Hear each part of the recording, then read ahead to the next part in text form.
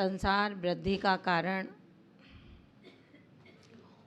उभय लोकों परलोकों कैसे शुद्ध और शुभ्र किया जाए, कल रेणसार ग्रंथ के अंतर्गत बताया गया था। आज 123वीं कारिका में कहा जा रहा है, उभय भावों को बिना जाने कोई भी अपने शुद्ध आत्मा में प्रतीति श्रद्धान रुचि नहीं कर सकता है। जब तक हम विभाव और स्वभाव को पहचान नहीं पाएंगे, तब तक हे साधकों, आप अपने शुद्ध आत्मा की प्रतीति नहीं कर सकते हो। कहा है कम्मादि विभाव सहाव गुणम जो भव ऊणे भावेण रिय शुद्ध पारुच्यते तस्य नियमेण होइणे बाणम। जो मुनि योगी मोक्ष मार्गी कम्माद विहाव सहावम,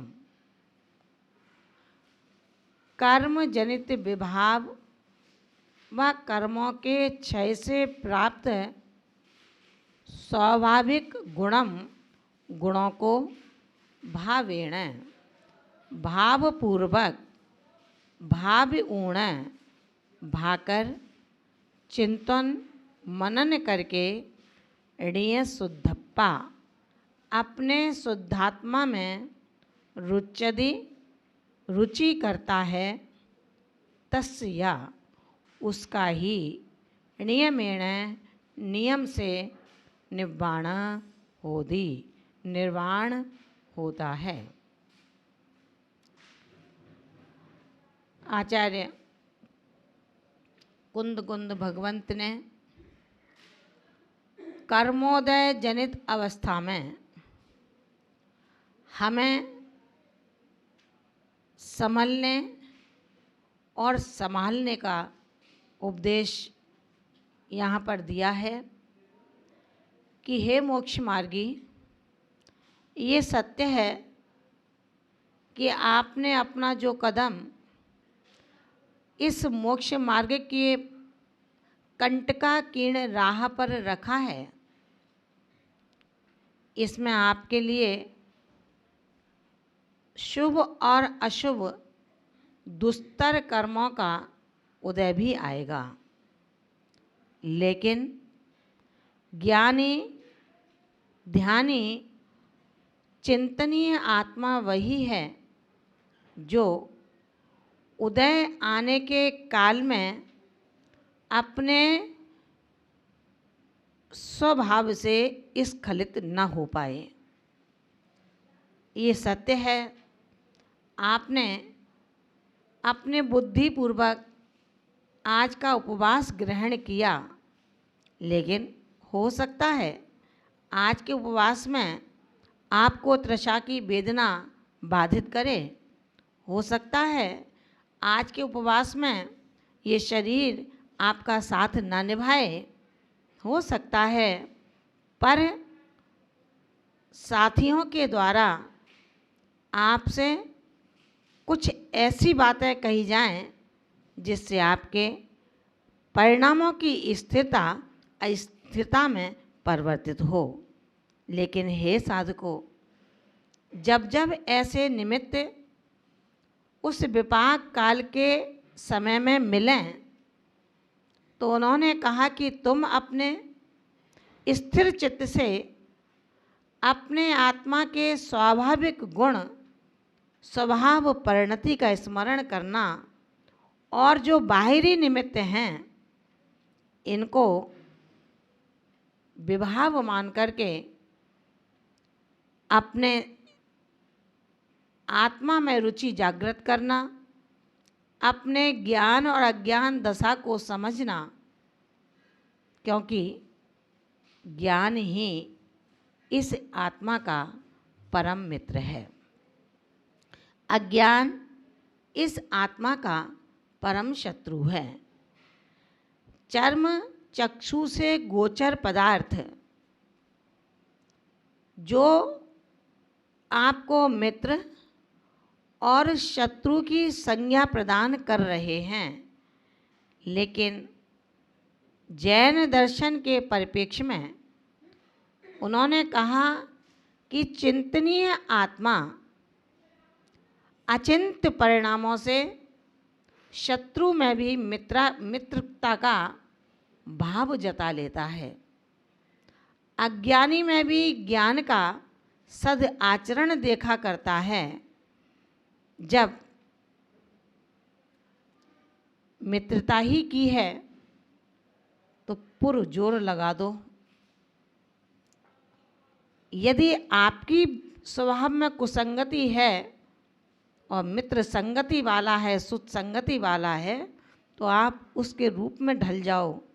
और यदि आपके अंदर सत्संगति के संस्कार हैं तो अपने जिस मित्र को तुमने अपना मित्र माना है उसको अपने संस्कारों में पाग दो। जब इतना कर लोगे तो एक दिन वो भी आएगा जिनकी केवल दर्शन मात्र से, जिनके केवल चारित्र के भामंडल से, जिनके केवल आदर्श चर्या के आभा मंडल से लोग आकर्षित होंगे, प्रभावित होंगे और चाहेंगे कि ये कभी नहीं बोलते, इनके दो शब्द केवल इस समय सुनने को मिलते हैं, तो क्यों ना उनके चरणों में समय पर उपस्थित होया जाए। जब हम संयोग संबंध के माध्यम से अपने आप को परान्मुख करते हुए, सत्यता को समझते हुए, क्योंकि संयोग संबंध कभी शाश्वत नहीं होते हैं, उन संयोग संबंध में ही वियोग और इष्टानिष्ट संयोग की प्रवृत्ति बनती है। ज्ञानी आत्मा उन परिणामों की उत्पत्ति ज्ञान के बल पर, ध्यान के बल पर, उस ज्ञान और ध्यान की सर्वांगीण विकास के माध्यम से जो पुण्य के नवनीत का सुलाभ प्राप्त हुआ है, उस पुण्य के बल पर इन इष्टानिष्ट संयोग को समभावों से, साम्य भावों से हर्ष विषाद न करता हुआ कर्मोदय संसार की विचित्र दशा को सोच करके शांत और उपशांत हो जाता है। यदि चलते चलते यदि कांटा पैर में लग जाए तो जड़ बुद्धि जड़ पर ही कुपित हो जाती है, क्योंकि अगर जड़ बुद्धि न होती तो वो कांटे को दोष नहीं देता। वो ज्ञानी आत्मा जो कांटा पैर में चुभा, इसमें कांटे का क्या दोष? उसका धर्म चुभना था, लेकिन रे आत्मन, तेरा धर्म 4 हाथ की भूमि शोध कर चलना था। अगर आप 4 हाथ की भूमि शोधन करके चल रहे होते, वो कांटा आपके पाँव में न लगता। ईर्ष्या समती उस कांटे की नहीं थी, ईर्ष्या समती तो हे विज्ञात्मन तेरी स्वयं की थी। तूने अपनी ईर्ष्या समती को, अपने विवेक को इस्तेमाल नहीं किया और विवेक पूर्वक जहाँ आपको चलना था वहाँ आप अविवेक पूर्वक चले। इससे हुआ ये, चलते समय तो कांटा लगा, अगर विचरण करते समय स्वयं विचरण करने का जो पुरुषार्थ किया है, 48 मिनट के लिए सावध योगों का त्याग करता हुआ अब मैं, हे प्रभु, समस्त एकेंद्रीय से लेकर पंचेंद्रीय तक के जीवों के प्रति क्षमा का भाव रखता हूँ, स्वयं समता परिणाम को ग्रहण करता हूँ और अब अपने आत्म विहार के लिए एक आसन को ग्रहण करता हूँ। आचार्य भगवंत कहते हैं कि यदि आपने सावध योगों का संकल्प पूर्वक उस आत्म विहार के लिए सतत उद्यमी बने हैं, जब चलते समय विहार करते समय राहों के कांटे आपको वेधित करते हैं, क्योंकि आपकी प्रवृत्ति यत्नाचार पूर्वक नहीं थी, वहाँ कांटा लगा, और इस भावनाओं के विहार में यदि कसाय के कांटे चुभे तो हे आत्मन, कैसे अपने दोषों का निवारण कर सकेगा। पैर का कांटा तो सहजता से कांटे के अवलंबन से निकाला जा सकता है, लेकिन हृदय में जो कसाय के कांटे हैं उनको किस अवलंबन से निकालोगे। उसके लिए आपको समता रूपी कांटे का आश्रय लेना होगा। समता रूपी आश्रय का, कांटे का आश्रय तुम्हारे कसायों के कांटों को सोध सोध करके निकाल देगा। अब आपका मन, आपका संकल्प बिना किसी अत्याचारों के, अनाचारों के निर्विकल्प रूप से विकल्प परिणामों से उन्मुक्त करके आपको अशुभोपयोग से शुभोपयोग की ओर ले जाएगा। शुभोपयोग अपने लिए अभी बहुत अच्छा है, क्योंकि वर्तमान के पंचम काल में शुद्धोपयोग की प्राप्ति दुर्लभ है, और उस पर भी अगर स्त्री पर्याय है, उसमें यदि चौथा काल भी होगा तो भी अतिशय दुर्लभ है। हमें परिणाम ये करने हैं कि आत्मा का स्वभाव क्या है और आत्मा का विभाव क्या है। आत्मा का स्वभाव है ज्ञान और दर्शन।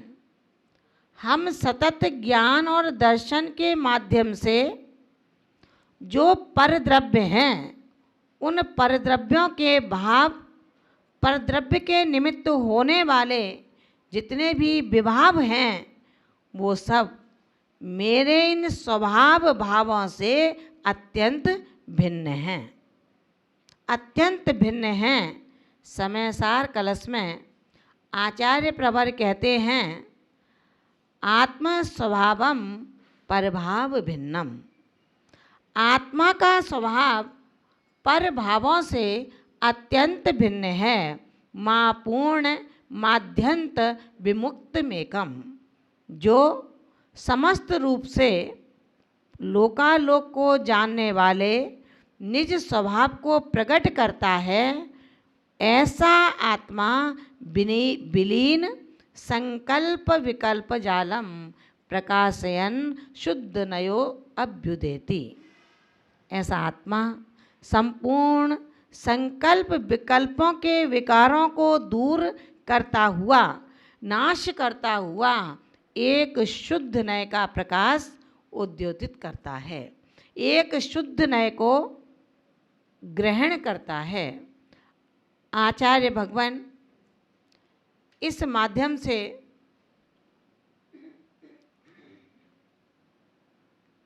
केवल उस संसारी मोक्ष मार्गी आत्मा के लिए यही उद्योतन करते हैं कि रे आत्मन, संगति और विसंगति, अगर संगति आपने नीचे वालों की कर ली तो आप भी परिणामों से निम्न स्तर वाले हो जाएंगे, और आपने संगति यदि उच्च परिणाम वालों की कर ली तो आपके परिणाम भी शनै शनै उच्च उच्च होते चले जाएंगे। आचार्य भगवंत कहते हैं, कागज की कोई कीमत नहीं होती, कागज की कोई कीमत नहीं है, लेकिन जब मिठाई की दुकान पर जाते हैं और दुकानदार से कहते हैं कि भाई 2 किलो मिठाई दे दो, उस मिठाई के लिए जिस डिब्बे में मिठाई दी जाएगी उसका भी तौल पहले कर लिया जाता है। यानी कि जिस डिब्बे का, जिस कागज का कोई मोल नहीं था, लेकिन मिठाई की संगति के कारण डिब्बा भी तुलता है, उसका भी तौल होता है। आचार्य भगवंत कहते हैं, मिठाई के साथ जब कागज भी तुलता है, इसी तरह से मिठाई के संयोग से कागज भी मूल्यवान हो गया। ये आत्मा जब स्वभाव को पहचानेगी तो स्वभाव के संयोग से शुभोपयोग का घट कहलाने लगेगी। अभी तो चमड़े का घट है, अभी तो बीभत्स घट है, जिसके अंदर रक्त है, मदिरा है, मैदा है, मज्जा है, तमाम विसंगतियां हैं। लेकिन जब इस तन रूपी घट से शुभोपयोग रूपी अमृत को भरा जाएगा तो निश्चित रूप से ये चमड़े का घट फिर शुभोपयोग का घट कहलाने लगेगा। और इसी घट के अंदर जब अशुभ प्रवृत्तियों का द्रव्य भरा जाएगा तो ये अशुभ उपयोग का घट कहलाने लगेगा। इसको ही पापी और पुण्यात्मा कहा गया है। आचार्य भगवंत कहते हैं, जब तक दोनों स्वभावों को, दोनों भावों को नहीं जानोगे कि तेरा स्वभाव क्या है, प्रभाव क्या है। बिच्छू का स्वभाव डंक मारना है, लेकिन हे आत्मन, तेरा स्वभाव पुनः पुनः उसकी रक्षा करना है।